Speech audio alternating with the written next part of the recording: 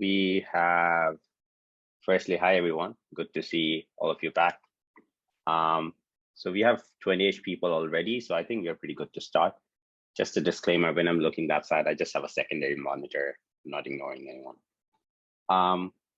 The topic for today, so firstly, am I audible? Am I all clear? Can someone unmute yourself and just tell me if you can hear me or write in the chat? Yeah, it's all good. All good, great. So the topic of today's lecture is extracurricular activities, the magic sauce. It's something I'm super excited about. It's one of my favorite things to talk about, and hopefully we'll have enough time at the end for questions. It's a lot of material. I have like 24 slides, so I'll try to go fast. But as always, drop your questions in the chat and I'll share screen momentarily and I'll just start with the topic. One disclaimer is I just keep dropping your questions. I'll probably monitor the chat every 15 minutes. So just keep dropping your questions. I'll go to them. And there's some weird problem in the computer when I'm in full screen sharing the content. I'm not able to see the chat because of Windows management or something. But I'll monitor it every 15 minutes. So I'll just try to go into full screen pretty soon. So let's see, desktop one. Let me just make it full screen.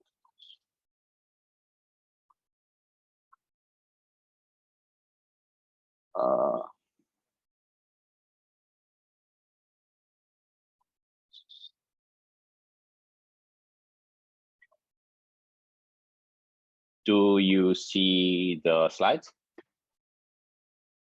Yes. Okay, so just let me know if you see it full screen, because that's the important part. Can you see it full screen now? Yes. Okay, thanks. Thanks again for just clarifying that. Fantastic. So as I said, the topic for today is extracurricular activities and magic sauce. Let's just basically start at a very simple definition. What are extracurricular activities? As the name suggests, it's a synthesis of two words, extra and curricular. So these are things that you do outside of your curriculum. Your curriculum is basically what you study in a particular subject. So if you're doing national curriculum, SSC or HSC, you'll have 6 or 7 subjects in the HSC. They will have a defined syllabus. Whatever you do under it will be your things, your curricular activities. So extracurricular is anything that you do beyond those well-defined activities.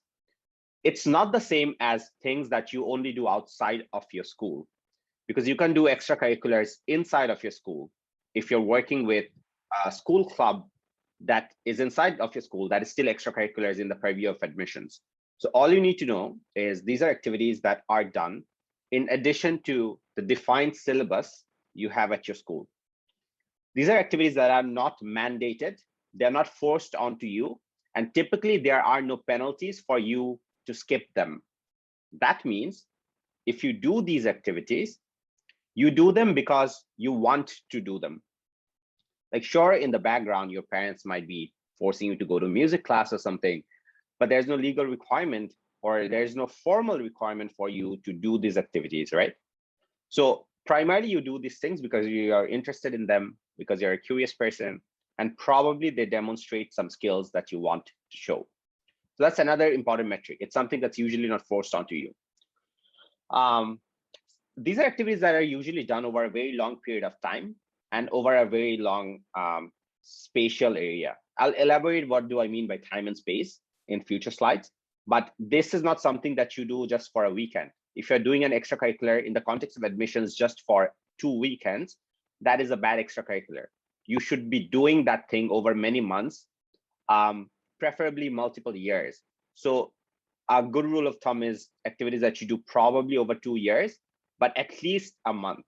So you should be listing activities that you probably have done at least a month, or the preparation for which probably was at least a month. So if it's an event that you organized or a fundraising, probably the preparation of that should be a month or more. And ideally, these are activities that probably touch many lives. That is to say that you interact and meet many different people through these acts. And hopefully you can also change many lives, either in the present through things like community service or you know, creating peer groups that help you improve on skills, or in the future. So when you do stuff that invests in your skill, say you become a better physicist, that has the potential of touching many lives in the future. So that is another dimension in which we can think about ECAs in the context of admissions. Any questions? A reminder again, just drop in the chat. And just double checking. Interesting. Anyway, moving on. I think there's a question already. Society says 6 or 7 for application, will that be weighted less? It's a lot better if you started even before. It will not be weighted. It will not be weighted less if you do sufficient work in it. If you have good work, that's good work that just stays. If it feels cosmetic, then it will be weighted less. We will talk about weights in the future, and I'll probably come back to this question, but amazing question, Afida, thank you. All right, then, okay, what are some common types of extracurriculars, right? So I touched briefly on this in the first lecture, but just to elaborate on this, so there are 4 types, I think, competitive, leadership, and 2 others that I come next. But in competitive, these are things like, you know, quiz ball or quizzing competitions, physics Olympiad, math Olympiad, all the Olympiads, the National Science Fair, debate competitions. These are things that are time driven. You usually do it in a particular time on a particular day. These are goal oriented. So the goal for the physics Olympiad is probably to go to divisionals and then hopefully the national team. Or for the science fair is to make an amazing project and get distinctions at the fair, or get grants of some sort.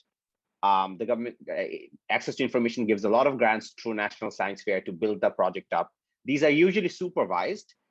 Some teacher or some research mentor is supervising you, coaching you to do well in these things. They are also measurable. So it's very easy to know exactly what you did. So if you're doing a science fair, if you get a distinction, then you know exactly your level of achievement in it. And the impressiveness of competitive ECAs stems from this concept of expanding out. So if you win something in your school, that's great. If you win it in your neighborhood, even better, in your city, in your country, and then internationally. The more you expand out from your local presence, the more impressive competitive extracurriculars are and the harder they are to achieve. That does not mean all of you need to have international extracurriculars, but as I said, the more you expand out, the more impressive it is because those achievements are harder on a probabilistic scale. The second paradigm of extracurriculars are leadership ECAs. So they are things like, you know, president of a school club, or if you're organizing a marathon run or a fundraising event, if you're a manager at the local McDonald's, or for Bangladesh, maybe local takeout. These are leadership activities that you can do as a young person. These activities tend to be initiative oriented because as a leader, you are meant to take new initiatives for the group you're leading. You're coordinating different people. You're trying to mix and match skills and weaknesses, and you're resolving conflicts. You're enforcing deadlines for them, which means sometimes you're having hard conversations, and you're networking with stakeholders, fundraisers, managing a budget, all these sorts of things. The reason why I'm using these words is because I want you to think and write about these things and think how the leadership positions you hold at this moment interact with these words I'm trying to describe. I'm trying to give you more descriptive metrics you can write about when you write about ECAs later. So I hope some of you are taking notes, or refer back to the slides when you can. And also I am giving you pointers in terms of how you can improve on these roles as they currently are. More questions, I'll get back to them soon. But the next paradigm of extracurriculars are community-oriented stuff. So fundraising, teaching at Jago or underprivileged schools, doing a medicine drive for, say, diphtheria patients, or working at an animal shelter.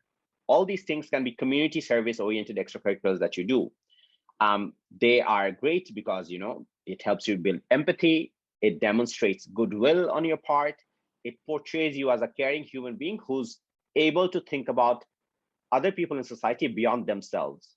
Especially when you're young, if you're competitive, if you're shooting for really competitive schools, it's very easy to have activities that show you you're hungry and driven for success. but that undermines your humane side.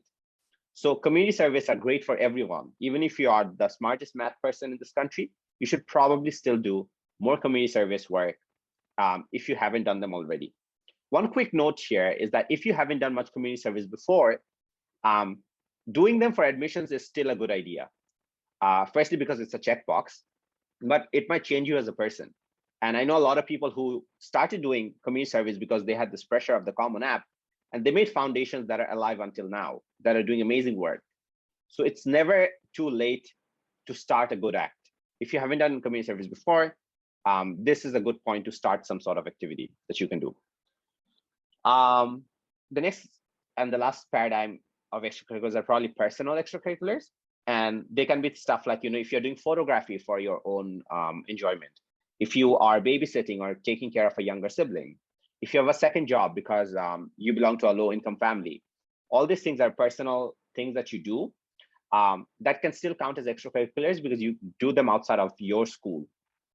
But I think the way to recognize about personal extracurriculars is that if you can add a unique twist to these activities, they carry a lot of weight. What do I mean by that? I know someone who got into a top school by documenting photographs of various historical sites in their local community.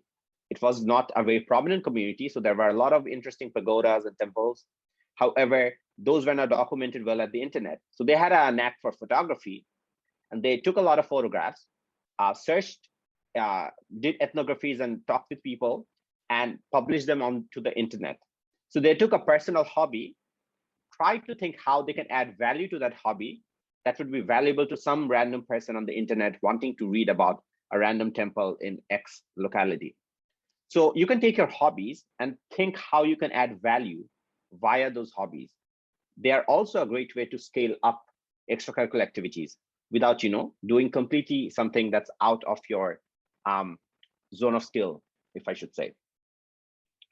I think this is a good moment to take a small question. Yeah, because we have a transition slide anyway, so I'll just have a quick look at the question. Does my ECA have to be my major related? What if it is not connected to my major at all? Yeah, great question. It does not have to be. So our mixture is good because in the Common App, they let you list 10 activities. Some activities that are related to your major is good because it shows that you really care about the major and you take courses relevant to the major outside of the zone of being forced, as I said in the first slide. So you're interested and you want to not be bound by a syllabus and you want to explore it more. That is amazing. However, if you have other ECAs that shows that you have, breadth to your character and you're able to be interested in many things. So those are also a valid point. This is not an or question. This is more of a how much question. So I think you should have 3 to 4 great major related extracurriculars, and the rest you can sort of use to talk about your personality. There are 10 activities anyway, but the 3 to 4 is like a lower mark. But I would definitely recommend some non-major related extracurriculars for everyone. So it's more of a how much, not a what question. Both of them should be there, but great question. Next one. What was the transition slide? Yeah. Why do people do extracurricular activities, right? What are some common motivations?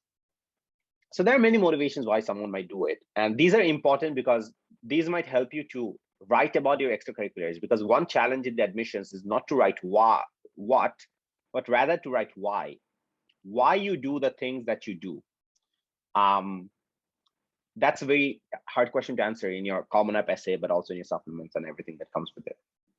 So I think the first reason people do it is because of exploration, right? They want to explore a new field, a new domain, to really see what clicks for them. They are like, what does this show? This shows that that person is curious. They are broadly interested in many different things. And I think it also shows genuineness, right? So if you try many different things, but then you come back and say, this is my thing, I think this is the sort of person I am, this is my essence, then you sound a lot more genuine, because it seems like you explored multiple domains and you know what works for you, you know what does not work for you. and then you chose an interest or a passion.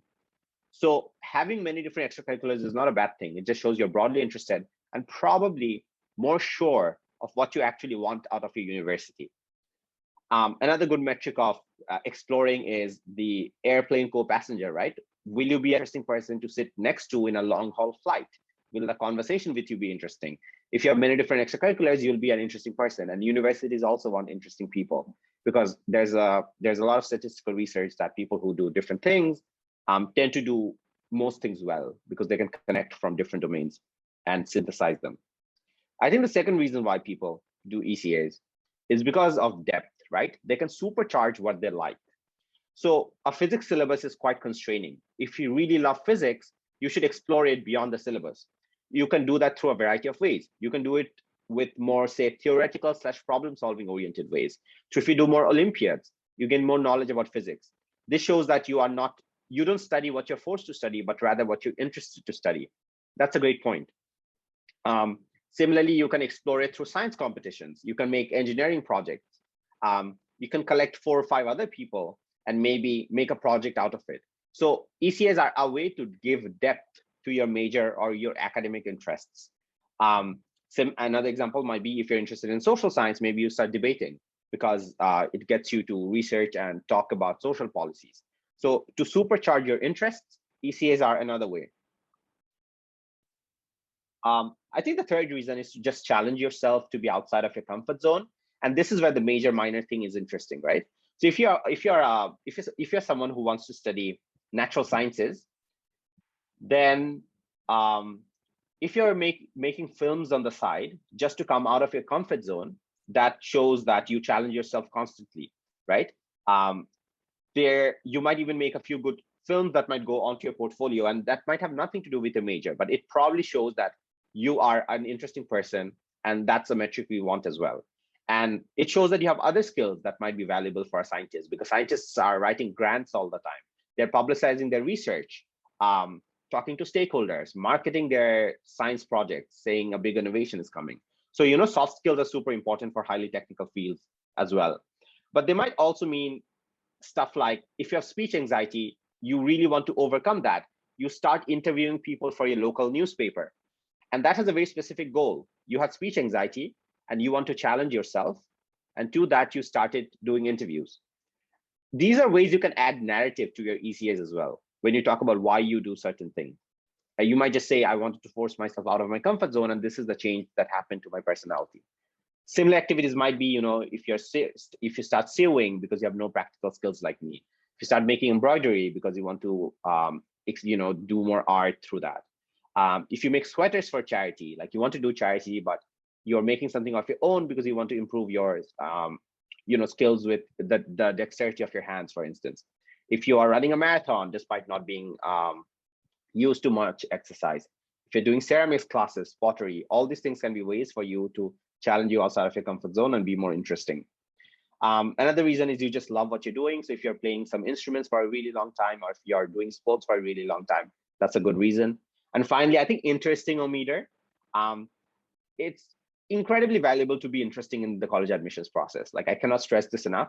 So if you're doing something like a hobby, but in an interesting way that is memorable, that will help you a lot. So for instance, if you're an electrical engineer or want to be one, and you play a lot with like spare parts, recycled materials, you might make jewelry out of them and sell them for charity. That sounds like a super cool stuff, something that can go to your GitHub or to your portfolio. Yeah, you can make TikToks about, the history of Asan, Monjil, Lalbagh, etc., that no one knows, and get a lot of followers. That will be super interesting. If you make challah bread, a very specific Israeli bread for fundraising for a particular location, that is a way to do it. What I'm trying to say is doing conventional things in interesting ways can be quite valuable in the applications process. And you'll be surprised how valuable it is, even if it does not sound like it. How to write, the next slide is how to write about extracurriculars, right? So we covered a few things, what they are, why people do them, so that you can write about why you do extracurriculars. And now, how do you write about extracurriculars better? And this is the main event of this lecture, I guess. How do you exactly write about the stuff you do? So firstly, I think the first metric to consider is the what, right? So what do you exactly do?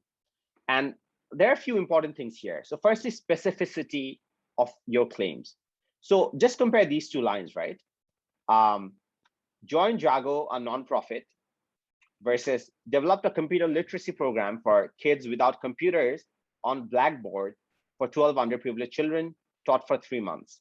I know this is a lot wordy, but it has a lot more depth and richness than just claiming you joined a nonprofit that people might not even know about outside of Bangladesh.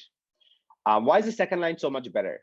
Because firstly, it uses action verbs. So when it says developed, it says exactly and specifically what you do. You made a computer literacy program, but these kids don't have computers. So you made the entire program on Blackboard, which is a lot of drawing, a lot of work. And it tells exactly how many people you served. And it tells it that you can develop a course and you can also teach it. So two different skills. And it doesn't matter that it only serves 12 people. It's a simple act, but by using better language, you're able to show the impressiveness of this act, because the focus of this sentence is not on the 12 people you serve, but on exactly how you serve them. The difficulty of teaching computers without physical computers. So you're changing the focus of numbers, which is what most people think about, to the essence of what you do, why what you do is impressive. And that's a flip, reframing that you have to do consistently in your college applications. Change it to what you do and why you do, not just numbers and pure stats. I think the second thing that's important is precision. So this sentence, the developed part, it feels wordy, but it's really not. I can see people write this over paragraphs, over 5, 6, 7 lines, but we compressed it into 2 lines. So precision will be very helpful, especially in the Common App. And we will talk about why that's so in a later slide.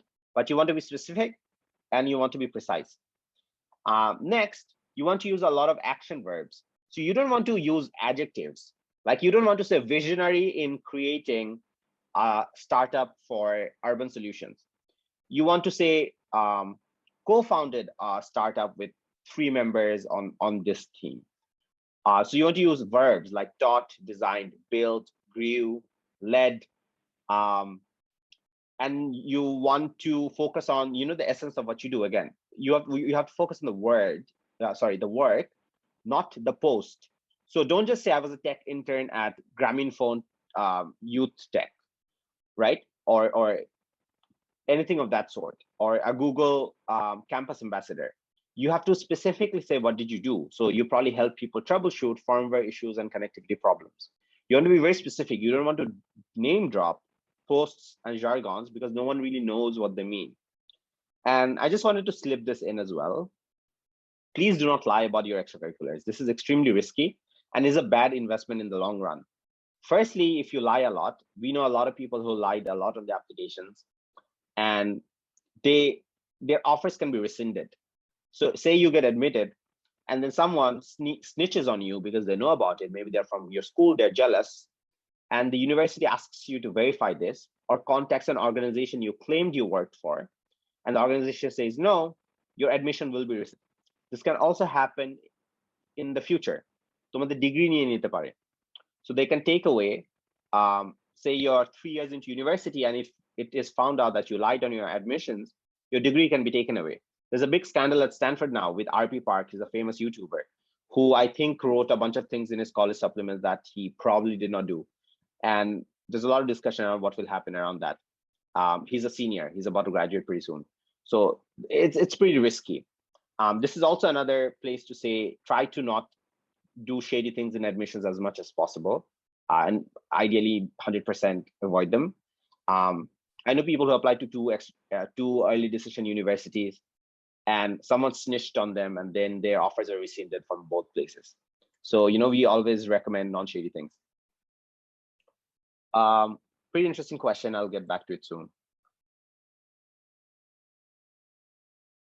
So that's one thing, right? Now, the next slide is about how much time did you spend? Yeah, so when writing about extracurriculars in the Common App, they will ask you how much time did you actually spend in a particular activity. So you need to think in terms of hours. So you should be thinking in terms of hours per week and weeks per year. So to give a total estimate of the hours you accumulated throughout the year. So it basically looks something like, play the piano for 5 hours a week for 40 weeks a year. You might be doing a lot of events if you are a wedding planner, or if you go to a lot of competitions. You should count the hours spent in the event as well. So if someone does 10 debate competitions, each debate competition is typically 2 days a week in the weekend. For 8 hours, that's just 160 hours of just debate competitions. If you do 20, that's 320 hours of debate competitions. So you should probably account for that as well, because you're spending time in that event, and events are counted as well. But when you're doing this estimate, and this will be hard in the Common App when you do it, please add the time that you claim you're working. Do a sanity check, always a good idea for everything in the applications. So a good question is, what's the most number of hours you might be spending, or you might be saying you spent. And for the weekends, you can budget 8 hours, 8 hours, and 16 hours. And for weekdays, you probably can do at most 4 hours of extracurricular. So that's 36 hours a week. 4 times 5, 20, and 8 plus 8, 16. So when you're adding hours, just ensure that your hourly commitment is 36 hours a week. Now, there might be events that you do, there might be ECAs you do for 4 months, 5 months, and not the entire year. Admissions officer understand that, but it should reflect that as well. Like if you're doing something for 4 months a year, you should write you're doing it for something like 12 weeks a year or 15 weeks a year. You should not be saying you did that for 50 weeks a year, which is the entire year. A lot of people do that. They probably do something for 4 months, then they say, oh, I did that throughout the year. And when you add the hours, you suddenly realize they are living in Saturn or Jupiter, because the days don't add up. The numbers don't add up. You can't be doing ECS for 70 hours a week, because that's not humanly possible in planet Earth. So do keep that in mind. Do a sanity check for the hours you claim you work. And also account for just, lifestyle stuff. So you're going to school for like 6 hours. You're probably brushing your teeth, showering, all that stuff. So have a sanity check. But in general, probably 30 hours of ECAs are probably fine. 20 to 30 hours is probably the golden sort of number of ECAs you claim you do in a week. And in the Common App, it will ask you for time. So this will be helpful. How much time did you spend? So in the Common App, you just specify it that I spent this time, but you can clarify what that means, right? So if there are extracurriculars that are sporadic, like debate competitions that only happen in the weekend, and maybe in the week you practice for 3 hours, you can specify or build more on that in the additional information section section that is at the end of the Common App. So in the Common App, there's a section for, because I'm assuming some of you might not have seen it, for listing your extracurriculars activities. Then there's a section for listing honors. So usually 5 honors. Honors are like awards, academic awards that you get. They are not ECAs, but similar. And then there's an additional information section of, I think, around 700 words or something, or 1,000. I don't remember the exact number, where you can explain anything: personal difficulties, health issues, financial issues. You can also use that to build upon your extracurriculars. So if you're doing seasonal extracurriculars or only over summer, you can write that in that section as well. Because Common App will give you very few characters to write about it, which we'll see in a future slide. Also, hand these metrics to your recommender, because the real place for building your extracurriculars is your recommendations. Your recommenders should be talking about your extracurriculars. They should be bragging about your extracurriculars. So all of you will be asked from us to make a template of your ECAs and hand it to your recommender, because they should be bragging for you. They are your lawyers and advocates. You should just be saying, I'm this amazing person. They should be giving more and more evidence why that is so, or why you are not lying. We can visit that in future sessions, but also your mentors will work a lot on that specifically. More on how to write about extracurriculars is this concept of the rate, right? This is super important, and this is something I see I don't see very often in most applications. So what is the rate? Like in maths, it's like, some metric over time. So distance over time, velocity is the rate of speed. So it's basically the nature of some act over some metric. So that metric can be time, that metric can be space, metric can be community, lives affected. your own life, how this activity changed you, the person, over time. Um, so we really, when you write about extracurriculars, it's easy to portray things in a static snapshot, in like it's frozen, right? So you just say you do these things, but you want to show the journey, how over time, space, and different communities you built an extracurricular from zero. That is the golden rule of writing well about extracurriculars. So I have an example here and a case study that we can examine. So imagine you set up a language club across time and space. You want to talk about how you built it across time and space. So you started it as an after-school French practice with just 3 friends, right? You 3 French speakers just met after school for half an hour and talked about and spoke with each other in French. Then you started getting more people, and 3 months later, you reached out to other schools, other students through WhatsApp, and you built a network of 5 schools in the same neighborhood. And then within the next 3 to 6 months, you probably formed a board with designated roles, got some funds, maybe through donations from everyone, and got it a registered nonprofit. And then you started covering more languages. You covered 5 languages, and you went to 35 schools in your division. Now, 1 year later, maybe you're covering 7 languages because exponential growth. It's growing to more people. You're covering 7 languages, maybe in 6 to 7 schools across the country in all divisions.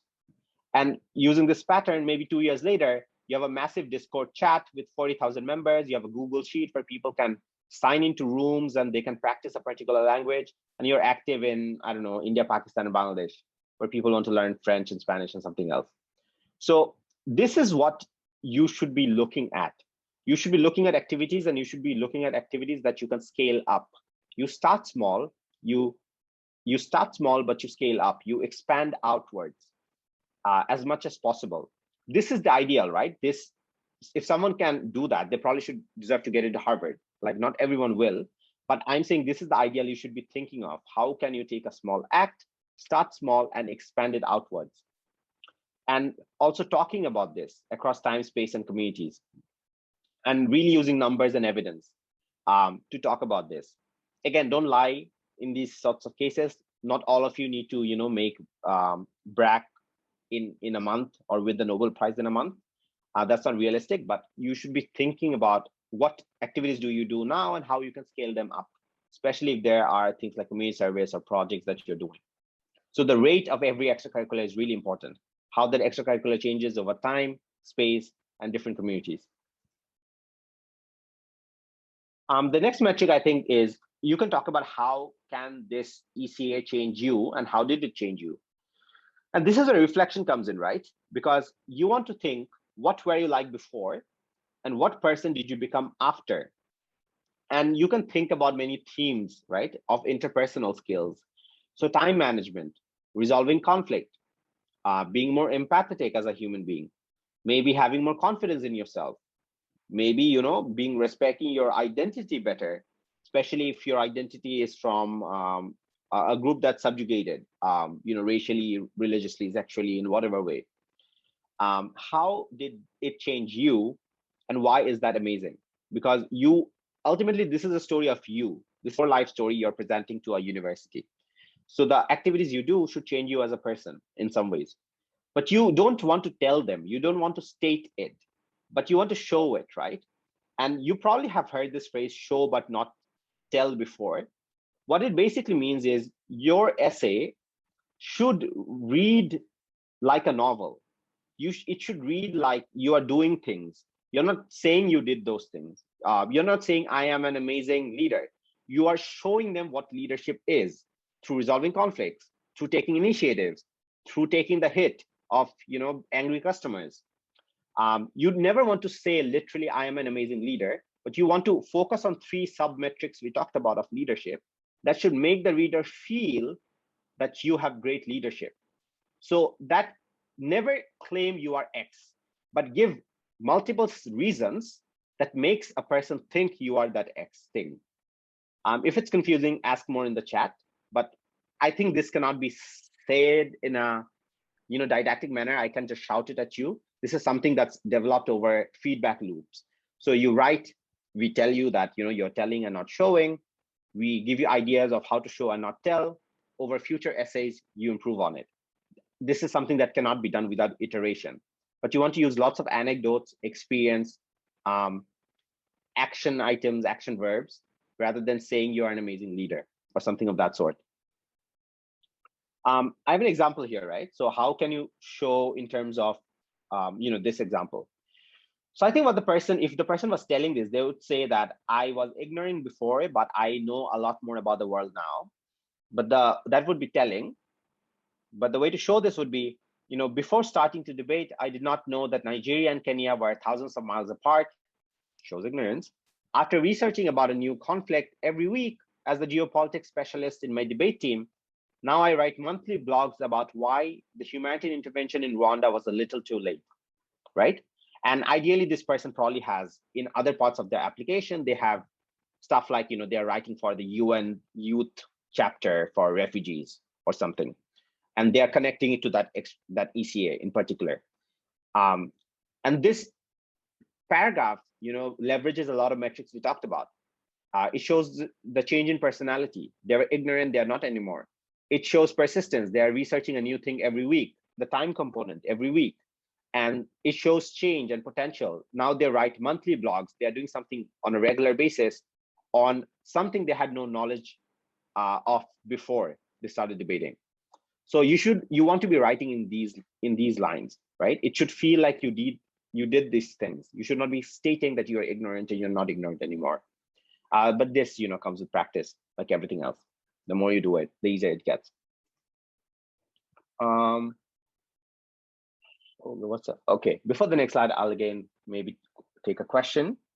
So what are some ways that listening to music can be described or done in interesting or unusual way? Trying to get an idea. This is a great time to think out loud. If any of the other students have ideas about this question, how a lot of you listen to music, right, on YouTube, Spotify, can you write about it in an interesting way? I don't think you can write about it in an interesting way if it's just listening to music, right? Because that's another metric. When we talk about extracurriculars, we talk about how it changed you as a person and how it hopefully affected others around you, the community aspect. If it's just listening to music, I don't think it contributes to those things much. But if you're building something on top of that, right? If you're making, maybe organizing music that was, folk songs or something that are underrepresented, and maybe collecting them and creating a YouTube playlist and growing them somehow, organizing events with the local museum with a particular genre that's underrepresented. Those sorts of things. If you're making an appreciation community of like K-pop, and K-pop is looked down upon, those things, as in using listening to music as a vehicle for other leadership or other things, I think that can be a way to leverage this. But I think the act of listening itself is difficult to justify. It's probably not impossible, but I think it's difficult. And that's it. And there's also the risk of claiming everything is an ECA. Probably everything is not an ECA. There are hobbies, and then there are extracurricular activities. I like, so it's worth thinking about whether this is more as a hobby, or can you make this hobby and turn it into something unique, something that adds to other people as well. And you can also like write blogs and stuff about it. So that's also an option. But amazing question. All right, so the next part is relativism in extracurriculars. Yeah, so when you write about ECAs, you want to write about difficulty. How difficult is it to write about this? So you want to write about how difficult is this ECA generally, and then specifically or personally to you. So when you write about generally, you want to use numbers. So how difficult is it for everyone? So what you want to be looking at is your skill level versus total applicants. So say you are a French, I don't know the level, like level 7 speaker at Alias Francis Dhaka. How many people start with the first course, and how many people are able to stick to the last course or the course you are at? That can be a way to give numbers to something abstract. Or your achievement over total applicants. So say Physics Olympiad, if you win at the divisional level, you should be estimating how many people apply at Dhaka division if you're from Dhaka, and then how many people go to that Dhaka camp or to the national phase, and then you should do a number, and then you'll get a success rate of some sort. So these estimates are fine. Also, again, don't lie. These also are relevant for your grades. So the third point, statistical improbability. So if you got admitted, if you're a gap year student and you got admitted into Dhaka Medical College, it's an incredibly impressive achievement, but you need to give context to it. How many people apply to DMC or medical schools in general, and how many people get in? Similarly, I know some of you have stood in your board exams in the Dhaka board or something, or got world highest in additional math in O levels or something.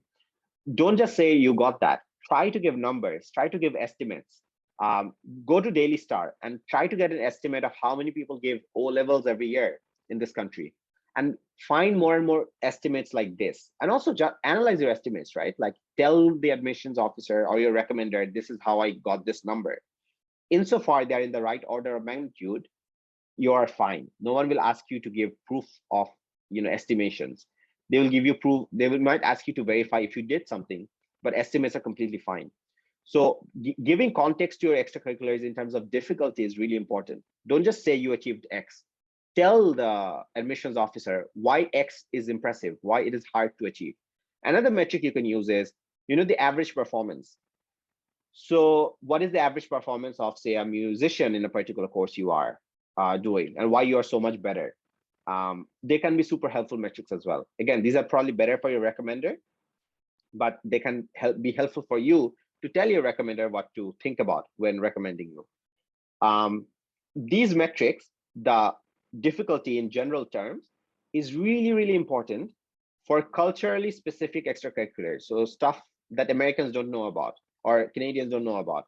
So Bharatnatyam, playing the flute, these things. Shilpakala Academy certifications. These are incredibly impressive things that a lot of people are doing, but you need to contextualize them through numbers, through framing, through context. And this is a way of doing it, the average performance, and just finding more estimates about what you do. The second part in difficulty, the previous one was how difficult is it generally for everyone. This is how difficult is it for you personally. So how does your background or experience make this achievement extra impressive? So what are the unique struggles you faced? So for instance, women in STEM in Bangladesh often face many struggles, both cultural and institutional. A lot of people, maybe like their parents do not want to let them go to a residential camp, a math camp, or the school teachers are not that supportive when they struggle with, say, math, because the expectation is they are, because of less representation, they are somehow worse. Then you can talk about those metrics. If you make into the Bangladesh National Debate Team, which is in English from a non-English medium school or from a state school, which very few people have been able to do, that is an incredible achievement. You have to contextualize that you not only made it to the national team, you also made it to the national team from overcoming language barriers, or from a school that is underrepresented. So these are metrics you should be talking about. How difficult was it for you based on your background? If you started doing physics Olympiad prep really late and still made it to the team or some level, then you should be saying that. And this is where the average performance estimates will be helpful. Maybe for the average person, it takes 3 years at least to get into the national camp. Maybe for you, it took 1 year. So even though you did not make it to the main team, the fact that in 1 year you achieved so much growth is a better testament of your potential than someone who has been preparing maybe for the last 6 years. So these are ways you can situate your achievements beyond just stats. Also, for this metric, you should be focusing on responses and not problems.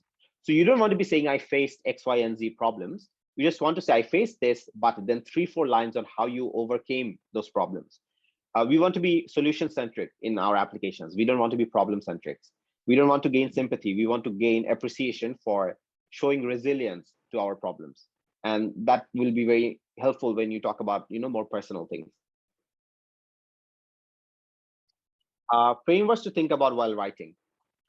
I'll probably start going a bit fast because it's nearly 50 minutes and I want to finish and hopefully have like 5 minutes over time. So some frameworks that will be helpful, and you can just take screenshots, write them, and this will just be helpful, is that leadership, community involvement, and impact. leadership, I talked about in the first slide. Community involvement, I also talked about, fundraising and other sort of stuff. Community involvement is not the same as community service. It's a subset. Community service is within the set of community involvement, but community involvement also means, peer groups, maybe doing things with friends, your school club, you're involved in the community, your neighborhood, your school, all those things are community involvement, but also community service is in it. But most importantly, impact. So you should be thinking of metrics like depth of the act, breadth of the act, intensity. How intensely did you do an activity? How intensely did you make other people feel if you're doing community service? You should be thinking about breadth, right? How many schools did you cover? How many people did you cover? Depth would be how deep did you go on in a competition, or how deep did you take a project using the language club case study we discussed earlier. Speed would be, how fast did you achieve something. In the slide about, the rate of ECA. Passion, love, like how do you really do things because you like them, you're interested in them, or do you do things as check boxes, or because people force you to? Also scale, right? Are you able to take an activity and start small and expand it outwards? These will be super useful. Another amazing question, why do you mention these contexts and stuff? Many places you can mention. College supplements are an amazing place. Some supplements will give you prompts that are more or less helpful to talk about ECAs. You should not be talking about 10. You probably should be talking about 3. 3 or 4 is a great number for most things in applications. But I'll tell it later, but you should distribute them to your recommenders as well. Because ECAs, as I said, you are not the only person who talks about your extracurriculars. Your recommenders talk about your extracurriculars. So you need to do brainstorming and you need to make a document that you can hand to your recommender that, write about my activities in this way. They choose what to write, but you give them resources to write about. So recommendations are an amazing place. Additional information at the back of the Common App is an amazing place. And there's a section in the Common App where you can write as well. 3 more important frameworks: synthesis, uniqueness, and memorable. So synthesis is, you have a lot of different extracurriculars. You should synthesize them into one personality. That's a really difficult thing. Again, you have to do that through practice in your essays. I cannot tell you how to do it just by speaking, but you have to think about what does all these 10 different things form into. What sort of person am I? And you want to talk about uniqueness, right? How did you uniquely do something? Because maybe everyone plays the piano or plays the guitar, but maybe you play it uniquely. Maybe you cover folk songs with the piano. So you should be thinking about uniqueness of your activities, or you should try to be more unique. Not the most unique person in the world, but more unique than the average person, perhaps. And memorability. This is the most important advice I've given anyone on college applications. Your application should be reducible to 1 sentence. You should be memorable as an applicant. So they should be able to reduce your application into 1 sentence that helps them remember who you are. So one person I knew, and he said it to me myself, he said it to me himself, that he was a gay Mormon from the mountains of Idaho who loves Arabic and wants to study Middle Eastern politics. It talks about his past, his very conservative Christian background as a Mormon, but also as his sexual orientation.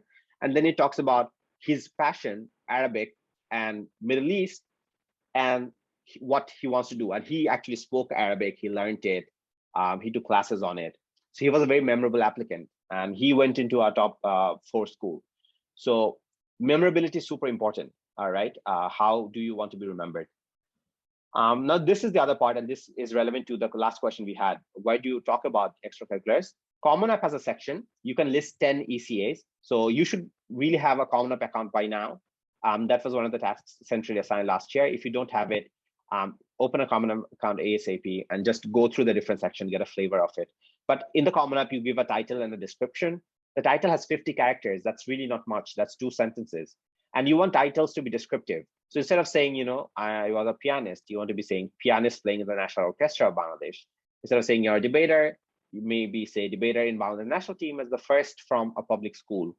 Again, you see, we are using metrics of impressiveness. We are not just saying we are X, we are adding more metrics. If you worked at McDonald's, you should be saying, managing restaurant or managing McDonald's as the youngest manager in the chain's history. So you should be using phrases like this. Description. You only get 150 characters for description. That's not much. Again, maybe 6, 7 sentences. And in the description, again, you should be using action verbs. You should be starting sentences with action verbs like created, made, grew. You should be using rates, like grew something 15% if you have rates. Otherwise, you can just do, played the guitar for 15 years, played in the National Orchestra, stuff like that. And you don't need full sentences. You can use small phrases, just like I did. Played the guitar for 15 years, youngest in the National Orchestra, with a semicolon. That's completely fine. You can write, use symbols to write short phrases because you want to conserve characters. And this is informal. This is not informal. This is a common practice. Everyone writes like this. So you can use semicolon plus pipes, whatever you want, because there are only 150 characters. In your essays, you have to be super formal. In the Common App, when you write extracurriculars, you can be pretty informal. Oh, you can also write about this in the additional information section. It is at the end of the Common App. You can write about anything, medical illnesses, family issues, anything you want. And we highly recommend use this space. But you can talk more about extracurriculars as well. Recommendations are the absolute gold mine of extracurriculars. So try to give more recommendations. So most universities want 2 from school, 1 science and 1 humanities teacher. You should, and you can have 2 to 3 from external recommenders. So I had 3 from external recommenders. They had to email universities with my Common App ID. And they were from 3 projects. They were 1 from my debate coach, 1 from my water science research supervisor, and 1 from a wet lab research that I did at Oxford, the supervisor of that lab. So I had 3 different pretty interesting projects, and I asked all of my supervisors to send a recommendation. They can email it to the admissions. Just give them the email, give your Common App ID, write them a template now, and they will send a recommendation. Help them with a spreadsheet. We can talk about that later when you need them. But your recommendations are great places. You should be giving your recommender a list of ECAs you want them to talk about. And this is a really important advice.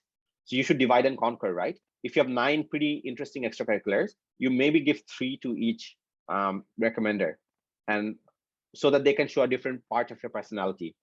Most people don't have 9 really amazing extracurriculars. They probably have 4 or 5.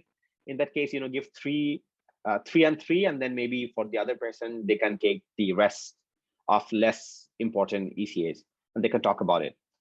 So you want every single channel to talk about a different part of your personality. That will be pretty helpful. And so yeah, give different activities to each recommender. You can submit a resume with more detail and action verbs. You should look up management consulting resumes. They're usually really good for metrics.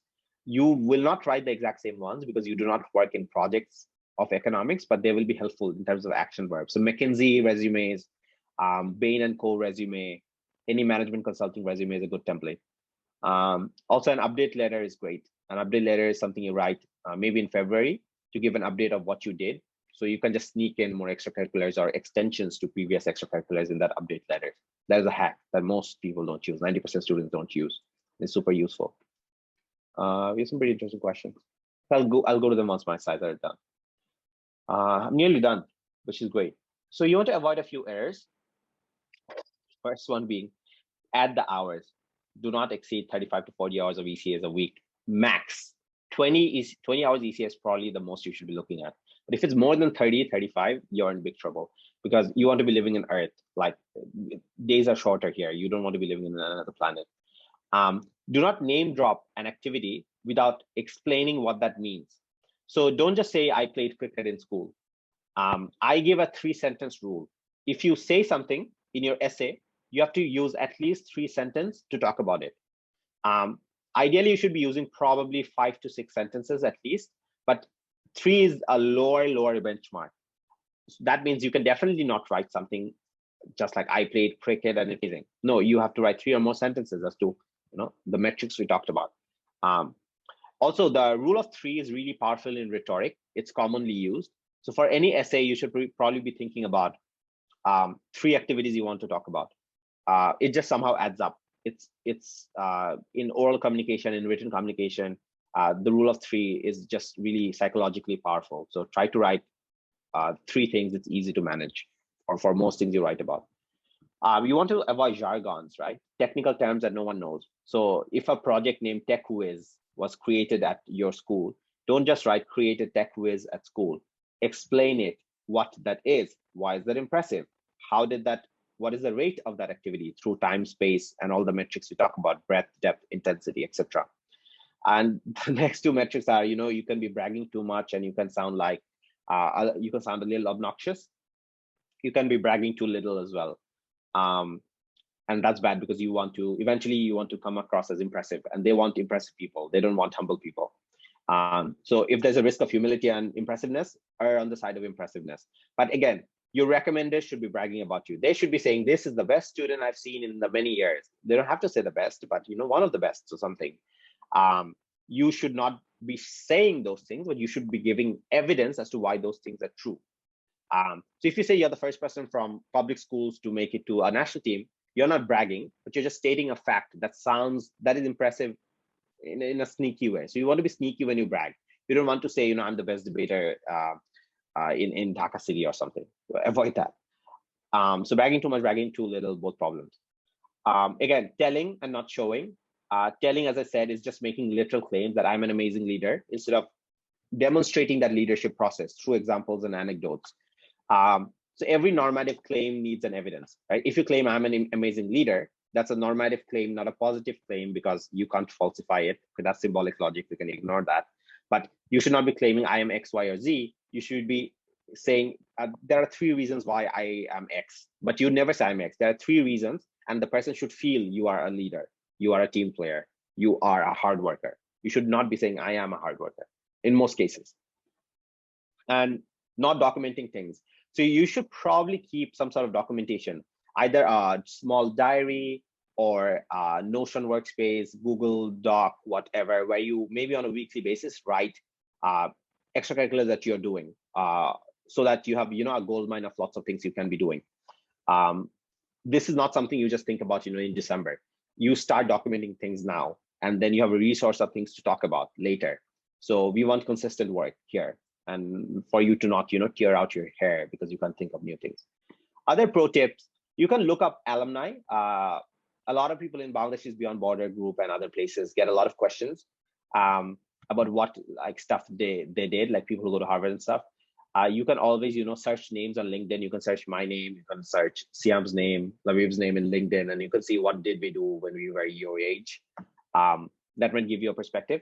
Also, Titans has a lot of webinars of very successful university kids, and they talk a lot about their extracurriculars. So just use 2x speed, use a video speed controller extension on Chrome, listen to a webinar when you're bored. They are super interesting people doing a lot of great things.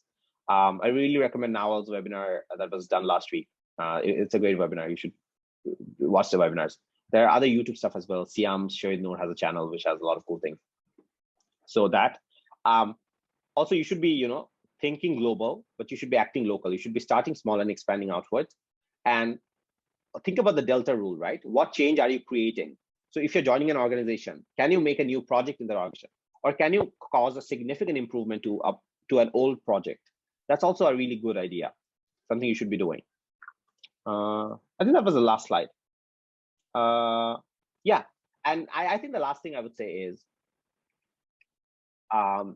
you don't have to do new things. You can just do old things better. So if there are things you're good at, you should be thinking of extensions, how you can add things to those activities. And you can discuss with the mentor, right? The 20-minute call is an amazing resource for that. You can ask your mentors, I'm doing X, can you give me ideas how I can do that better? And then they might be even able to connect you with more resources. You have 30 other students here who are as passionate about you, about life and admissions. You can use the Facebook helpline we have, and you can, if you have a new project, you can get other friends from this Zoom chat and maybe build something cool. So these are all great things to do. Will you get recordings of the meetings? You should, in theory, yes, but there is an access issue here because this is Labib's room, so this is not recorded, unfortunately. If needed, I'll do this again to myself in a room, but this meeting is not being recorded because I don't have access permissions. He's in a flight. He's going back to San Francisco. So Sorry, this just popped up, and for some reason I don't have the permission for recording here. What recommenders don't know? What if my recommenders don't know how to write about recommendation letters? Maybe I could give them a template or something. Yes, exactly, Anna. You should, yeah. So firstly, you should give them what they should write about. You should give them a document, like we said, using the metrics we talked about. You should tell them I did X. You can write questions. What did I do? Why is this impressive? You can give them out, and that will help them. You should also maybe sit with them for 20, 30 minutes. My physics recommender did a 40-minute discussion with me about everything. My physics teacher from high school. So you should request them, sorry, can I, talk with you? And most people will say yes. If you're in a busy school, I don't know, if they're diabetic, may give them chom chom or kalo jam, and maybe they'll sit with you. Like, give them treats. Like, try to get that 20-minute discussion with your recommender. And if they don't know how to write recommendation letters, two things might happen. One is they might write in Bangla, you might have to translate it. They might ask you to write a template that they will edit.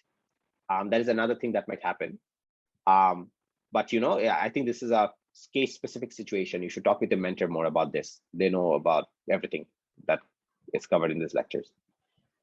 Do you need extra qualification to apply for internship in content writing and education? That's not a question for this class.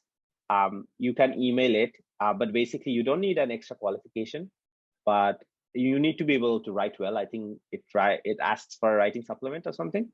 So I think that's the only qualification to writing. You need to write well, or you need to show potential for improvement. That's it. But I don't manage interns, so it's probably a good question for Naveed if you know them. Everyone manages something else. But yeah, thanks for the question, After. Should we mention? Whereas it's 1 hour already. As always, you can leave the Zoom chat. There are no attendants, right? Well, maybe there are in the background, but like we don't. You can miss a few sessions, but don't try to, because recording is a bit sketchy. But yeah, you can leave the Zoom chat, but I'll keep answering questions for 10 more minutes, as I always do. Should we mention our unique? You can get the slides. Yeah, someone asked. Should we? We'll just send an email requesting it, or we are also thinking of just making a drive and open sourcing everything. But for now, just send an email as a reminder. Should we mention our unique qualities and traits to our recommenders, especially if we are not very close with our recommenders, about our curiosity, diligence, and persistence, and request them to include these in our recommendation letter? So you should be giving them anecdotes and examples. এটা সবচেয়ে important. তুমি তাদের example দিতে চাও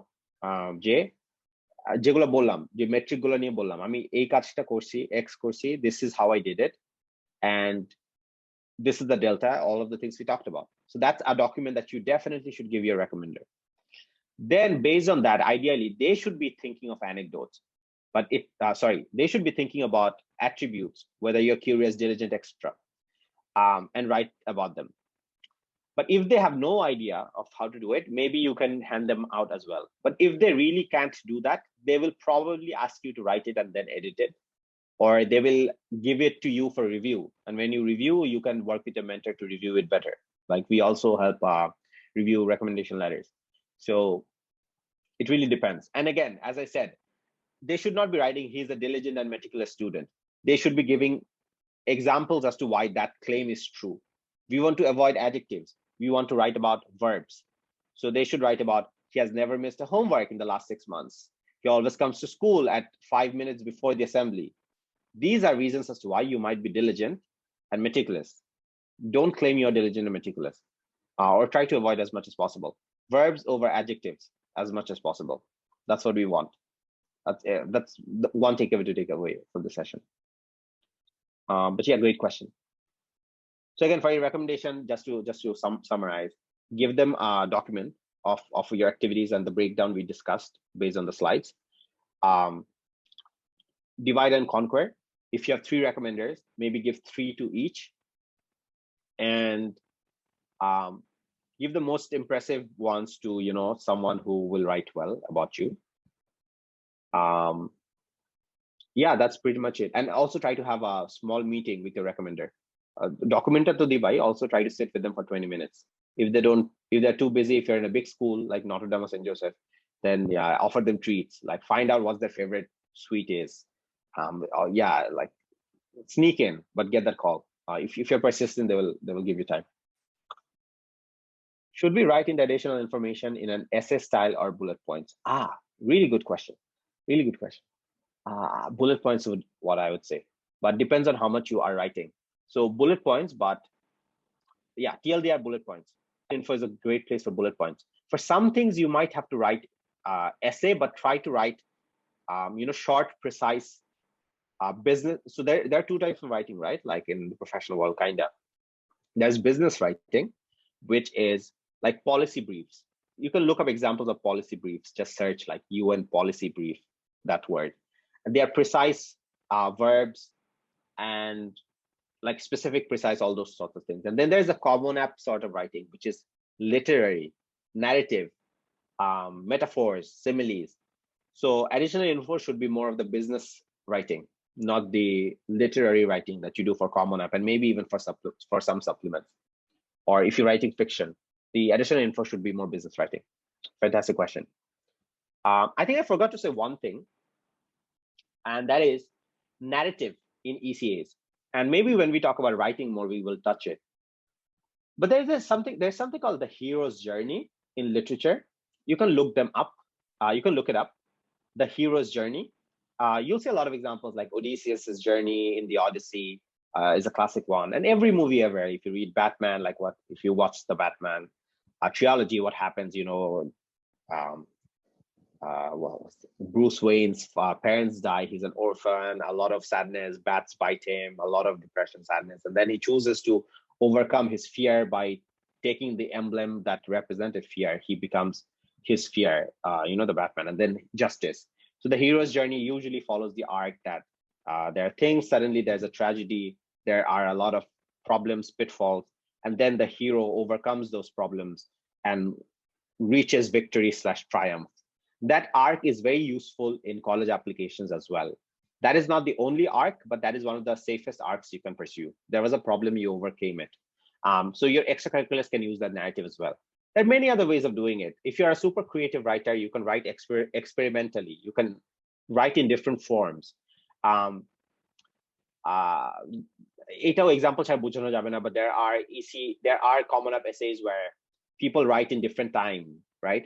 They write about their past, then they write about their future and present. It's like an inception, if you have watched the movie, of you from your past, present, and future somehow synthesizing into that essay and really creating something beautiful.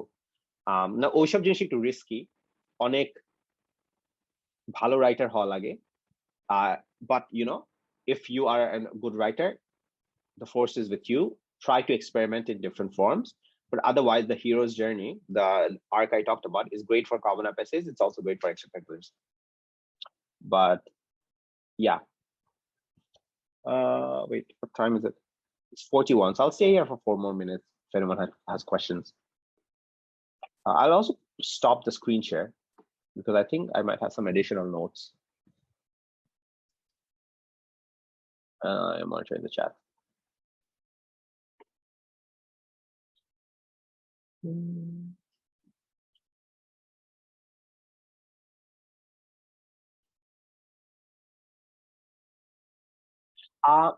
A point about documentation, right? So extracurriculars, obviously, you can write about it in the common app. যেখানে বললাম 10টা activity জায়গা থাকে. There is another section called honors. So honors গুলা historically আমেরিকাতে there's a national honors society. ওইখানে আরো easily হয়. So that's the honors sort of section. So there are stuff like, if you're in the top 5% of your class, you go into like some magna cum laude or whatever honors society, and that's how it works. Bangladeshe oneke honors section, they write about, say, if they have won competitions. So if you have won, say, Conrad Spirit of Innovation in national round, the first global robotics competition in national round, then you can write it in honors, and then in the activity section, you can expand it. In the 150 characters, you can write, built a line following robot, blah, blah, blah. And then obviously in your supplement, you can write more about it, why you like robotics. So এমন না যে একটা জিনিস তুমি অনার্সে লিখছো বলে তুমি অন্য জায়গায় লিখতে পারবে না। As a matter of fact, যদি এটা অনেক ইমপ্রেসিভ কিছু হয়, মেবি মাল্টিপল জায়গায় লেখা উচিত। However, প্রত্যেকটা একটু different purpose serve করে, right?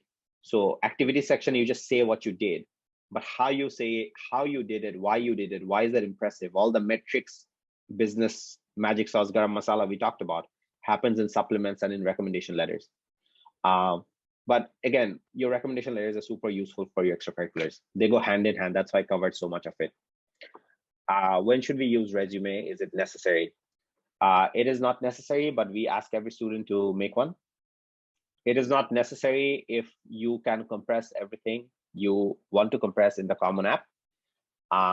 But it is necessary if you have more activities that you want to talk about, or if you think the space in the activity section in the common app is not much, which is true. It is also necessary if you do new things after January 1. So that can go onto your resume. That can also go onto the update letter. But resume is a good idea. The way it works, can 150 characters, can 50 characters. Karon, Harvard gets 45,000 applications a year. Now, admissions office, if you walk in, you'll probably see 30 people reading 40 something thousand applications. So first time when they get an application, they just read your scores and they skim through your ECAs. So they're like, okay. Then they either throw it away or they take it to another pile for further consideration. When you go to another pile, all the extra information you give becomes important. So then they might look at your resume. Then they might look at your third or fourth recommendation. Initially, they will only look at the bare minimum. And that's why we have this idea of layers, right? You have the initial layer with very few words. If you pass that, then they go and dig more into your recommendations and update letters and resumes. So we want to use many data points, as many as possible. We would also encourage you to make a portfolio. If you are an amazing artist, get your best work, make a personal website or a blog. It's very easy to make now. There are no-code websites, Squarespace as a Wix as a. You can email us if you want. You can ask your mentor if they don't know. Like, I know a lot about these sorts of stuff. I can organize something centrally about like portfolio or something. But if you're an artist, if you're a musician, you should be gathering like clips of your performance, etc., etc. If you're an artist, gather portfolio stuff, and make a portfolio, and that's the documentation part. Start documenting what you do already. This is not something you can just do in December. As you do new things, you should document them. So maybe a Google Doc or a Word where you write every week. Schedule an hour in your calendar every week, like Friday night, I will document what I did this week to record so that you write better now. Most ECAs are online now. Will online ECAs be weighed less compared to physical ECAs? They won't be weighed less because, as you said, most things are online. And this is a challenge. This is difficult. This is also a challenge and an opportunity. Online হওয়া থেকে একটা massive benefit হয়েছে, সেটা হচ্ছে অনেক international competition are a lot cheaper because you don't get to fly to them. Maybe you send them your work. So a lot of camps like Yale Young Global Scholars or other things might have moved online. So age, maybe you and I could not afford, the lakh taka flight, but maybe a lot of us can afford that now. So maybe we just have to pay, the $100 registration fee, or we might even get a fee waiver because if you ask for competitions for fee waivers, in many cases you can get them. So I think this is also an opportunity because many things have moved online. But you can also think how you can leverage online stuff, maybe a Discord chat, maybe something of that sort. This is a challenge, I would say, and try to look at it as such. But it's definitely a bit difficult. And my heart goes to you. This is times are more difficult than it was when I was applying, say 5 years ago. I'll take this as the last question. This time. Can I mention my participation in college, uni outreach programs as extracurriculars? I have heard that these programs are very useful for showing demonstrated interest in respective colleges. Outreach programs. Just clarify, Sadman, do you mean like participating in webinars and stuff of the particular university? If that is what you mean, okay, I don't think they're super useful. And the reason for that is, okay, so they are usually useful for smaller schools. So if it's a small liberal arts college, যেখানে বাংলাদেশ থেকে খুব কম applications আসে yearly, ওসব জায়গাতে এটা useful. কিন্তু এটা definitely not useful for big universities যেখানে a lot of people apply.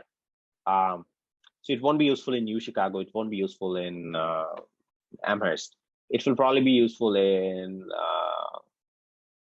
HWS or smaller liberal arts colleges, or Pomona, maybe an underrepresented in liberal arts college in terms of Bangladeshi কত যায়। কারণ ওদের ক্যালকুলেশনটা একটু ডিফারেন্ট। ওদের ক্যালকুলেশনটা হচ্ছে they want to protect yield. You can Google yield rate up, but yield rate basically means they want to, there's a rate how many people enroll at the university versus how many offers they give. So they want to give few offers and get more enrollment, because that means, whoever gets an offer wants to come to this university. That is impressive. So smaller schools want to protect their yield rate, and that's why if you show demonstrated interest, and they would prefer you over someone else of the same category. But big schools like Harvard, MIT, UChicago, these schools don't care that much about yield rate, because they know that if they are offering you, you will probably come. So that's a smaller schools, it is helpful somewhat. But again, this is not an extracurricular. Going to a webinar is not an extracurricular. It just shows that you have demonstrated interest. And it is not an extracurricular because if you look back into the first hour of what we talked about, the first few slides, or if you had taken notes, you would see a lot of metrics we talked about don't apply to this activity. However, some metrics might also apply, but I would not claim this as an extracurricular, or I would not recommend you to write about this in the college app. But you can write about this, the supplement. You can write about when you visited the webinar in July of Reed College, you fell in love with Reed's open credit system or whatever. You can write about it in supplements, not in the Common App. I hope that answers your question. Thanks again, guys, for pretty amazing questions. You will get feedback forms for this class and the previous one in the same email. It'll probably be the same form. Your feedbacks are super helpful for us. Please fill them up because they help to guide us towards future classes. We got amazing feedback in the first week, and you can also give us feedback about what you need, right? So you can write to us, you can write in the forum, and then that helps us to personalize this, because the goal of this is to give you what you need, not what we want to give you.